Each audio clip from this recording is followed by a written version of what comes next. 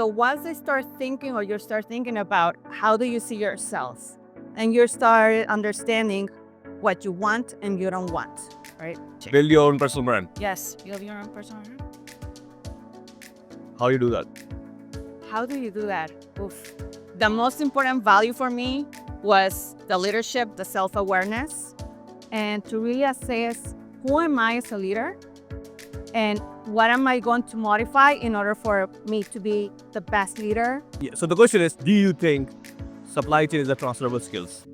Short and sweet, yes. Yes. You really need to put and invest in yourself, the time, the effort, and everything. And I saw that as an inflection point. So yes, I agree. I think for you to have a supply chain role, you really need to understand the operation and the pulse for operation all the time. This video is brought to you by us, SCM Dojo. We provide awesome courses, guides, best practices for supply chain community. Hi folks, welcome to one more episode of the Supply Chain Show. So we are here at Manifest 2025. It's a fantastic vibe here. As you can see, there are like 6,000 people and there are people coming from all over. So I came from Dubai in UK and I got connected with Elsie. Elsie, right? And she's a supply chain vice president for Ellie's food. Elias Food, right? We're going to talk about more, so sorry for the confusion. But thank you for your time and thank you for the conversation with me. What I was fascinated about Elsie's CV is where she started and where you are as a vice president of a very big company. So what I want to talk about is your journey, because a lot of young people or people who's working for 10 years in supply chain, they all wants to become a C-suite position, right? But even though every journey is unique, but I believe there is a certain things you have to do to get to this point, right? And I think being you have done in a pretty good time, right? So I just want to talk about that. What are the challenges of your journey and what you can pass on as your experience for other people to do so, right? So let's start where you are and how you end up being a vice president of Alice Group. Yeah, it has been a long journey. I will say if I go back to my career, I actually didn't want to be in logistics. I was not even thinking about it. I wanted to be an art curator. Okay. And back then in Mexico, when I started to study my bachelor's degree, there was a huge trend of trade compliance and also trade agreements with Mexico and other countries. That's when the European Union also started taking shape and form. So that's how I decided to take a bachelor's degree in international commerce with a minor in international logistics. And once I graduated, I really did what I studied, which was phenomenal. There's not many people do that. Exactly. So one thing that I was very focused early in my career that really helped me was to really be in tune with trade compliance, import-export. I worked in maquiladoras. Well, right now it's IMEX program, and now the new term of nearshoring, right? Yeah. And I worked for a couple of maquiladoras back then. Really In Mexico. In Mexico. Really in Monterrey, Mexico, where I'm from. Really in tune with the, as I said, trade compliance, pedimentos, really understanding where the shipment comes from, codings, etc. Right? Really prepare. It's a very difficult topic. keep Not many people- people like it, you know. It's Yeah. very specialized topic. And it's a lot of detail, Yeah. right? And you really need to learn the law and the changes in the law. Yeah. So once I started doing that, one thing that started opening up in the companies I was working for were logistics positions with the trade compliance embedded on it. So excellent. And that's how I started also learning not only of those fields, but also inventory, right? Yeah. Like- So now you're entering into supply chain. Right? Exactly. Now you start kind of like going into the field of supply chain, but don't think of inventory in the warehouse. It's really the inventory that is in transit, right? Because you have long lead times, you purchase it globally and everything. So it was very in tune with the financials of the company and really doing some freight allocations on that extent. So just going back to trade compliance, logistics, and then a little bit of finance. Okay. During my career, I had a mentor who was a CFO, Okay. and he actually wanted to veer me in to finance because he knew that I was good with numbers. Okay. But I really wanted to understand them, but I really like the field. I really, really like the field, enjoy the field. But I was very in tune to the financial acumen that I needed to have in my role. And that also helped me a lot. Not necessarily going inside of it, but having that financial pulse and financial pulse as well, both financial and operation throughout my career. Um, and later on, I think I did a lot of global logistics, but I made a switch of industries, really more ingredients to supply chain, where I started working at Bimbo Bakeries, which is part of Grupo Bimbo in the United States. And that's where I really started understanding the operations in retail. Okay. And that was hard, but there was a love that I have to the food industry. And I really enjoy it. From all the industries that I have worked with, the food industry is really motivating because you know that you're feeding people. And that by itself is just, I don't know, it's like a mission, you're right? You're feeding America, you're feeding people. And you moved to USA by then. Yes, so Okay. during that CFO mentorship, um, he actually promoted me and offered me a job in the United States. Okay. That's where I made the shift. I have lived in Knoxville, Tennessee, in Chicago, and now I live in Houston, but work in Dallas. Well, long story short, after that Bimbo, then I shifted into, of course, still in the food industry, still in supply chain, but now more end to end. So all the background that I had before as to the operations, inventory, trade compliance, now this role that I currently have of VP of supply chain at Elsie Foods encompasses the end-to-end supply chain. So that leads to my second question. So while you have a very strong background on trade management, trade and compliance, which is a technical topic, you touch base on inventory, because of your, competence on good with numbers, somebody saw your talent and say, okay, let's spend more time, and you become a VP. But to get to this point, I think there's a set of technical skills, both I would call it technical competencies, which is, understanding your inventory management, sourcing, planning, MRP, demand planning, forecasting. Then there's the element of procurement, your negotiation, your sourcing, supply relationship, and I think you can talk about sustainability with the supply chain. And then you have a logistics topics, which is, transportation, warehouse management, network design. So this is all technical, but to become what you become, there is a leadership and soft skills are required. And this is, I would like to really extract out of you to the folks, because if you see our 80,000 plus followers are mostly young to medium level or senior level supply chain people. So there's I think there's 7% senior level people like you, but if you see 90% are mid to junior level people. What I want to get out of you is, what is the combination of those skills? Because I see them as a triangle, right? Technical competencies, your soft skills, and your digital skills right now are very important to get to what you want. So if you maybe give them some structured pathway, that would be really helpful for the team.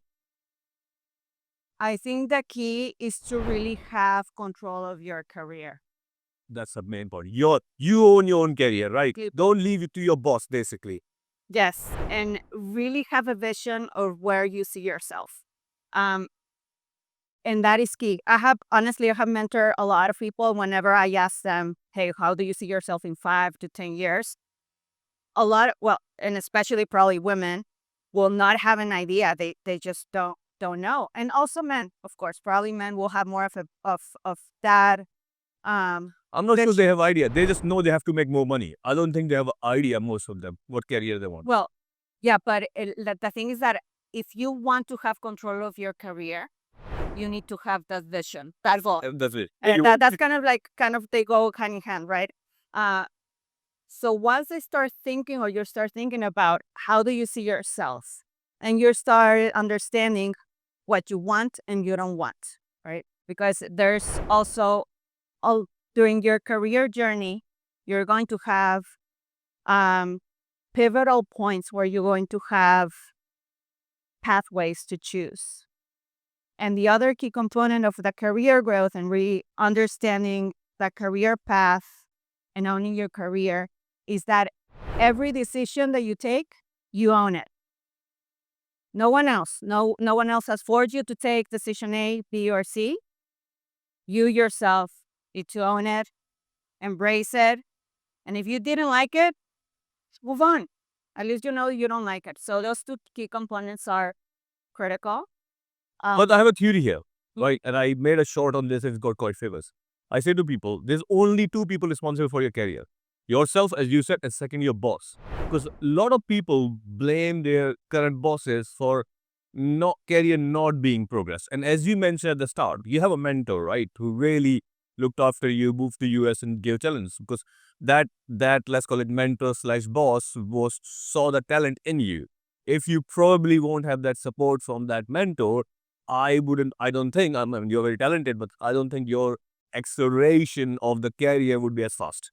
My view. But what do you think? Agree or disagree? There's a component to it, but if you really own your career, what can you do with that? Okay. Right? If your boss doesn't give you the exposure that you Which need to happens a have, lot. Yeah. express it, right? There's always feedback sessions, right?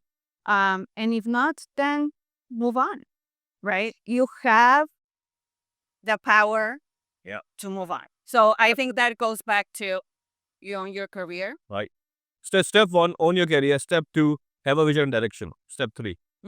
Step three, just go full with it. Go full with it, own it, enjoy it, have fun.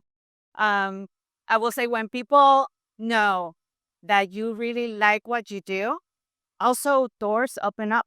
Okay. Yeah. And I think in general speaking, you have a brand as well in supply chain. Build your own personal brand. Yes, build your own personal brand. How you do that? How do you do that? Oof. It requires a lot of time. Yeah. Requires a lot of time. I mean, if I go back to why are you interviewing? Yes. me? Yeah. Right? Like, Yeah. why Yes. did he chose me to interview? Because you put an effort in to be into this conference, to be a speaker. You network with right people. You have a very good LinkedIn profile. You have a progression. And you are connected with a lot of people. I am connected with you. For example, you connected with Roberto and Elias. The C12 people.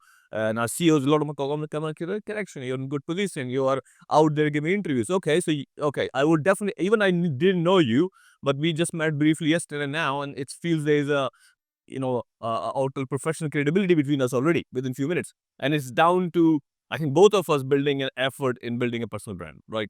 And actually, that's very important for anybody who wants to grow. In this day and age, personal branding is important.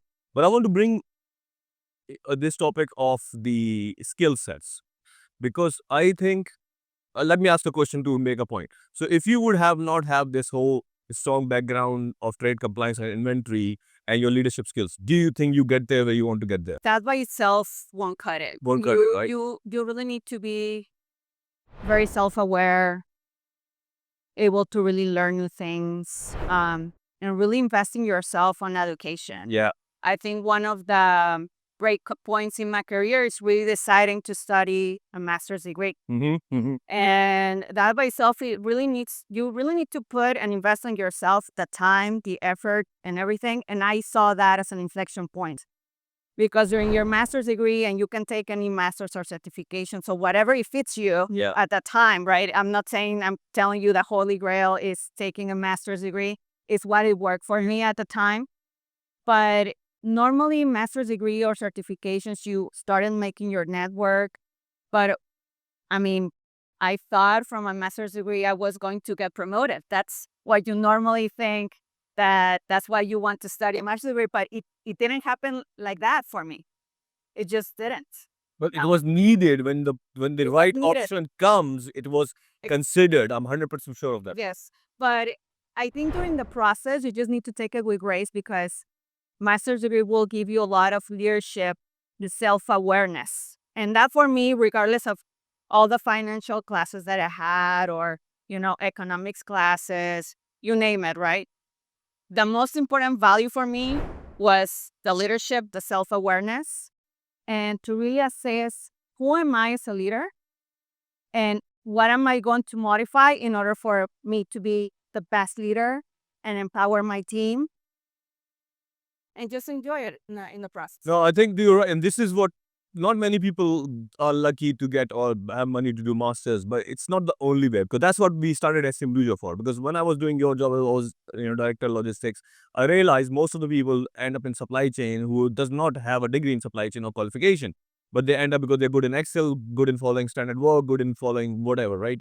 So that's why we built the biggest library of supply chain, where you can do supply chain, procurement track, logistics track, best practice, and you can just literally pay $149 a month or $99 a month, and you can have access to courses which is bigger than any master's program. So so that's the reason what we do. That's why we talk to people like you. So anybody who's watching, please check out SCM Dujo. I appreciate that. And now our going to leads to your diverse background, because you end up being in the food industry, but you have a multiple vertical access.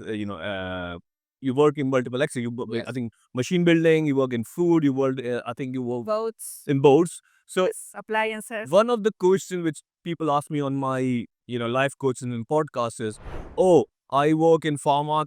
And I'm trying to apply to, for example, let's call it oil and gas. I'm not getting job. And my argument always is supply chain is a transferable skills. It doesn't really matter. So I worked in electrical component, I work in hydraulics, I work in that industry.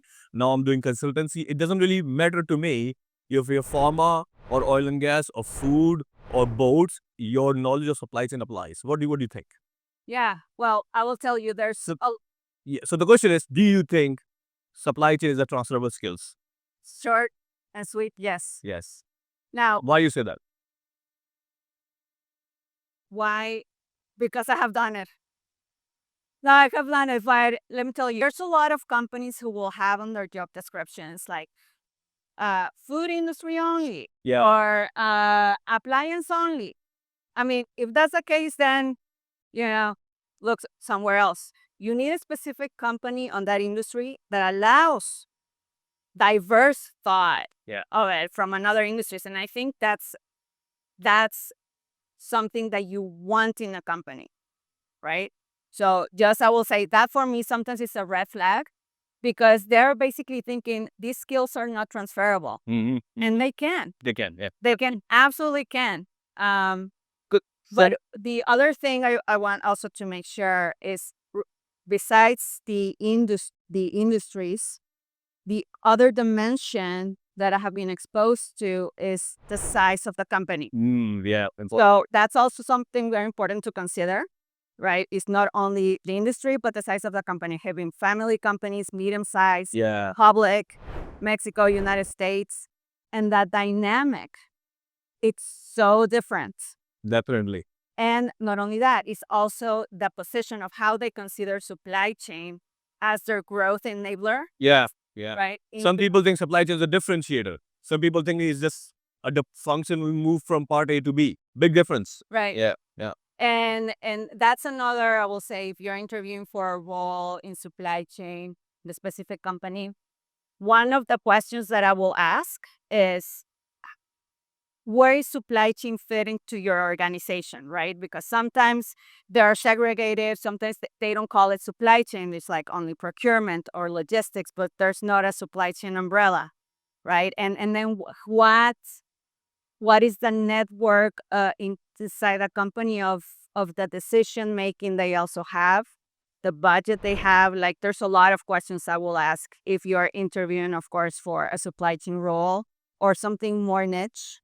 You need to understand the influence of that group inside the company. I want to make an observation here and a point. Now, this is the difference what Elsie just mentioned, being a leader who owns the career. Because what she's actually saying is, she made two very good points here. That if you're applying for a corporate world or you're applying for a family business, you have to ask this question: how that business, family-owned, medium-sized, big corporate, see the supply chain? Do they see that as a differentiator? Do they see that as just a function to move from point A to B? Do they see it as a strategy function?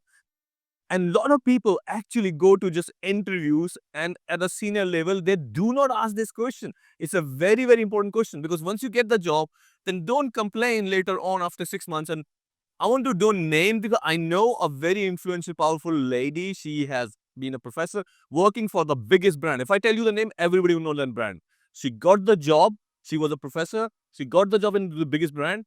9 months later, she called to me saying, they are not doing what what I thought they will do on a strategic level. And even though she is a very expensive position, and ask this question: didn't you know that before you taking that job that you're not going to make a difference you thought you're going to make? She said, I did not ask this question. It was just an assumption. And a lot of CA people make that mistake.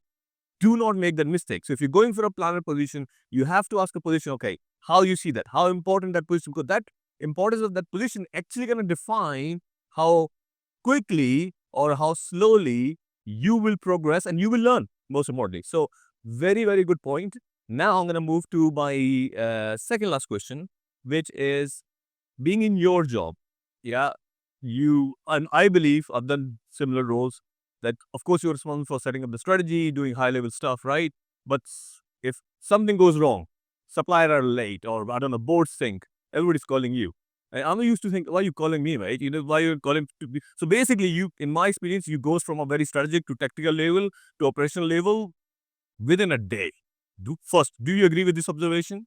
Second, if you do agree, how you navigate that? So yes, I agree. I think for you to have a supply chain role, you really need to understand the operation and the pulse for the operation all the time. And even though if you increase or you move up to the ranks, you need to have the operational pulse. Yeah. Because if not, you're just going to have extreme blind spots. And whenever something catastrophic happens in supply chain, it's not common. Huh? It's the very common. You need to have that trust in your team that they can tell you things. Yeah. They can give you feedback, like even before it is happening.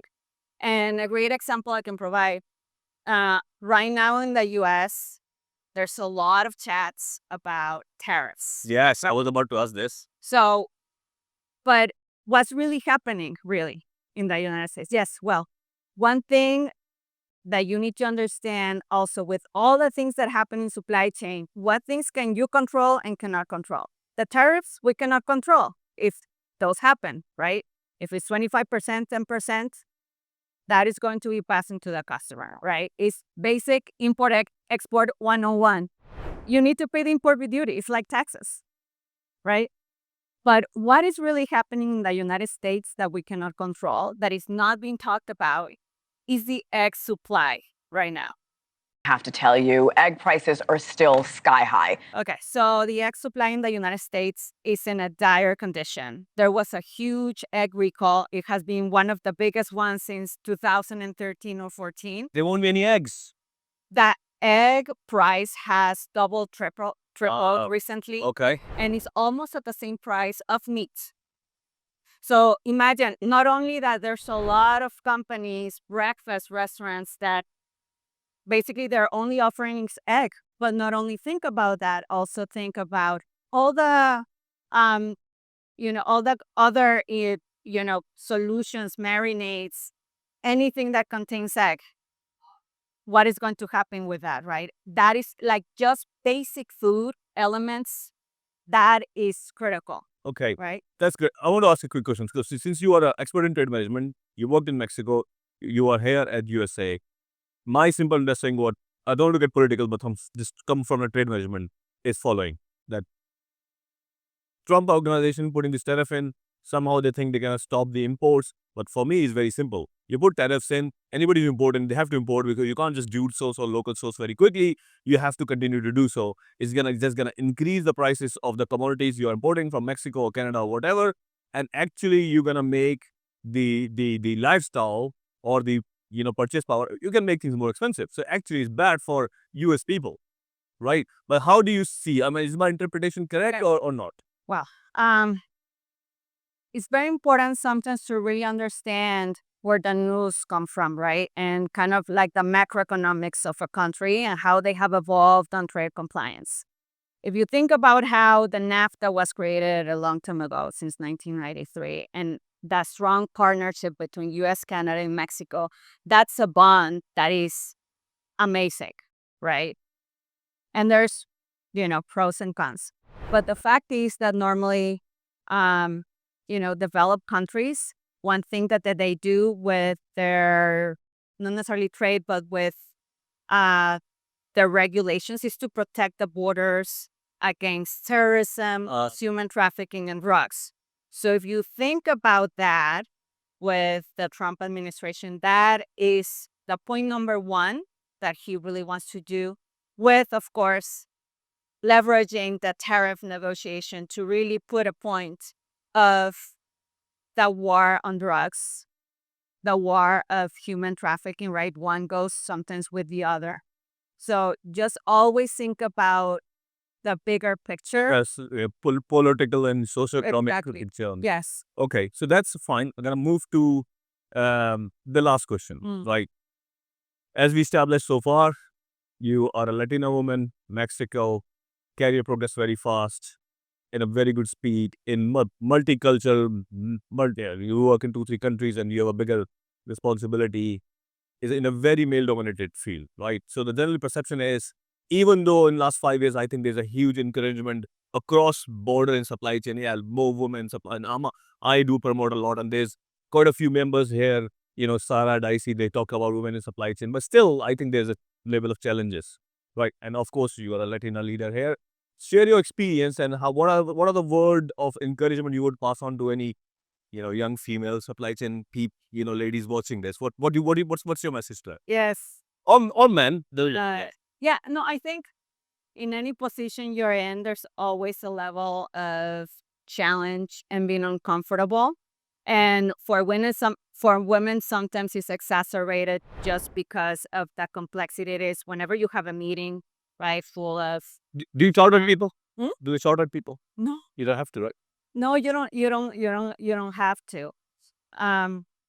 I do think we have the power to create our own story of where we want to go and which glass ceiling we want to break. Just generally speaking, yes, where I stand right now, it has cost me probably double the effort that white male would have taken. But what I think and I return is, if I pave the road for another women or Latino women or another dimension of diversity, Black women in supply chain, that for me is a huge motivator. Yeah. And I hope you're also trailing the path for it. So I think there's a lot of room for growth. Definitely. Yeah. Definitely. You have been inspirational. Thank you for talking. I think your leadership skills, your interpersonal skills, your technical knowledge, and most importantly, your perseverance is coming across very nicely. And a few points you made, especially just don't take job for granted, ask questions, make your own path, have a vision where you want to be, because it's astonishing. I was watching this Oprah Winfrey interview, and she said, "What's the difference?" And somebody asked her, I think that was, "What is the difference between successful and unsuccessful people?" And she just said very simply, a lot of people just coast around life without knowing where they want to be, what's their vision of life. And if I see around, I think 90% people are like that. In my family, people like that. I think you're a clear example when somebody set a sight of where he or she wants to be and wants to get there, the things will come through, from all angles. It's kind of law of attraction, but you have to have to have a vision to have a law of attraction. Thank you for your time. It's been a pleasure. I'll see you around. Maybe I'll see you in Mexico in C12, and we'll do a better interview or longer interview. This is already very good, but we'll do a second part of that. And stay connected. And thank you for any final message. Thank you. And I hope to see you in any event. Definitely. Ciao. Bye. So thank you for watching. Thank you, Elsie, again. I'll see you in the next episode. Ciao.